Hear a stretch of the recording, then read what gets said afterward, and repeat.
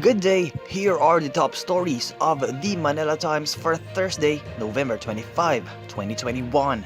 The partnership between the Lakas Christian Muslim Democrats or Lakas CMD and the Partido Federal ng Pilipinas or PFP was officially sealed on Wednesday when the former adopted a resolution adopting Ferdinand Bongbong Marcos Jr. as its presidential candidate. The party also officially adopted a resolution confirming Davao City Mayor Sara Duterte Carpio as its vice presidential bet. The resolutions were adopted during the virtual meeting of the party's executive committee late Wednesday afternoon. Following the lead of other presidential candidates, Action Democratico standard bearer and Manila Mayor Francisco Isko Moreno Domagoso announced on Wednesday he will also voluntarily undergo a drug test. In a letter to Philippine Drug Enforcement Agency Director General Wilkins Villanueva, the local chief executive requested the anti-illegal drugs body to facilitate his drug testing. Earlier this week, Senators Panfilo Ping Lacson Jr. and Vicente Tito Soto III, as well as former Senator Ferdinand Bongbong Marcos Jr., voluntarily submitted themselves for a drug test. President Rodrigo Duterte has declared November 29 to December 1 as the Bayanihan Bakunahan National COVID-19 Vaccination Days as the government intensifies its inoculation drive against COVID-19.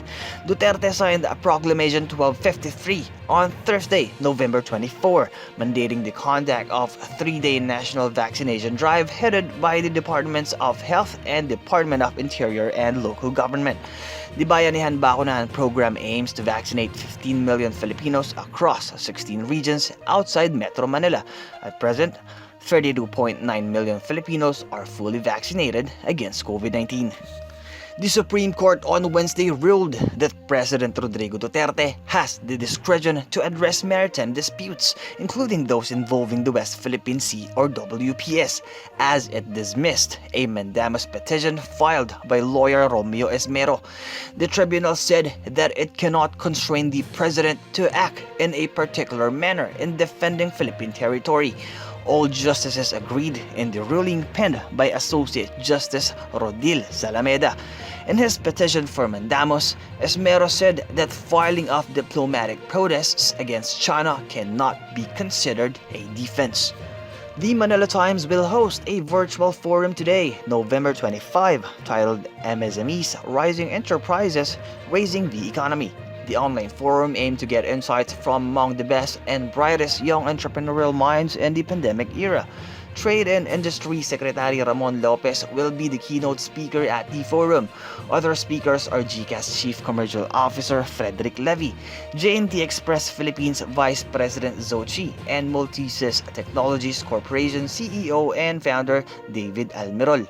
Broadcast live on the Manila Times Facebook page and YouTube channel, and Daily Motion from 10 a.m. to 12 noon. The forum will be moderated by the Times Chairman and Chief Executive Officer Dante Klink ang II and Editor Dafort Villaseran. Also on page 1 is part 1 of the Times 3-part series on the next president inheriting President Duterte's unfinished drug war.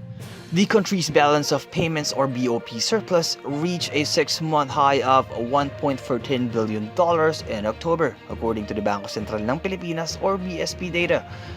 The result, which was released on Tuesday night, was lower than the $3.43 billion surplus in October 2020, but it more than made up for the $412 million shortfall in September this year.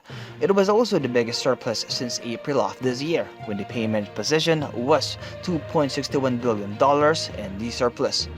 Topping sports, Los Angeles, Evan Fournier scored 26 points and Emmanuel quickly put up 12 of his 14 in the fourth quarter Tuesday, Wednesday in Manila as the New York Knicks thwarted the short-handed Los Angeles Lakers' comeback bid in a 106-100 NBA victory. The Lakers, playing without suspended superstar LeBron James, trailed by 25 in the second quarter. They rallied to tie the score twice in the third period, but never managed to get in front of despite a triple-double of 31 points, 13 rebounds, and 10 assists from Russell Westbrook. In Detroit, Tyler Herro scored 31 points and pulled down 8 rebounds off the bench as the Miami Heat rallied for a 100-92 victory over the Pistons. In Beijing, from human rights to coronavirus and now tennis star Peng Shuai, preparations for February's Beijing Olympics have been overshadowed by several controversies. China's ruling Communist Party is, however, determined to frame the Winter Games as a chance for the country to showcase its prowess and help the world unite in the face of the pandemic. The International Olympic Committee has lauded Beijing for making history and becoming the first host of a Summer Games in 2008 and now a Winter one. In today's editorial, The Times questions whether the Department of Finance coal plan, while imaginative, will work. Read the full version in the opinion section of the paper or subscribe to its digital edition. Antonio Contreras, Yen Macabenta, and Ed Silagman are the columnists on the front page. Contreras writes about universities as safe political spaces.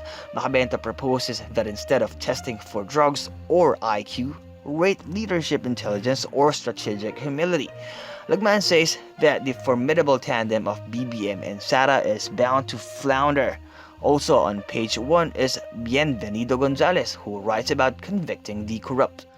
For more news and information, read the Manila Times on print, subscribe to its digital edition, or log on to www.manilatimes.net. Follow us on Facebook, Instagram, and Twitter, and keep up with the Times. This is Christian Crow Maghanoy reporting.